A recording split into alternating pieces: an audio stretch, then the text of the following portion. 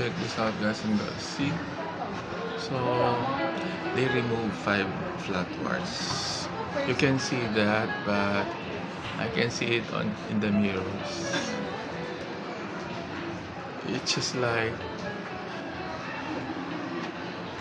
being scratched by hands. So some kind of a reddish.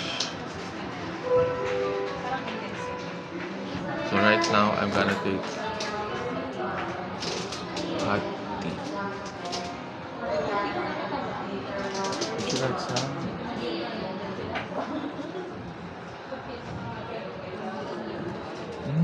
They're so good. Complimentary.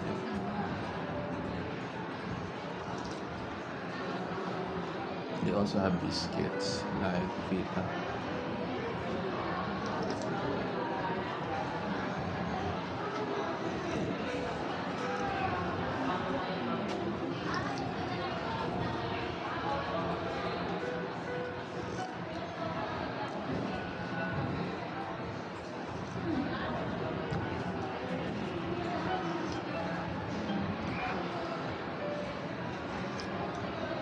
I asked for estimation just in case I will avail the total warts removal, because according to the lady, she told me my case is severe.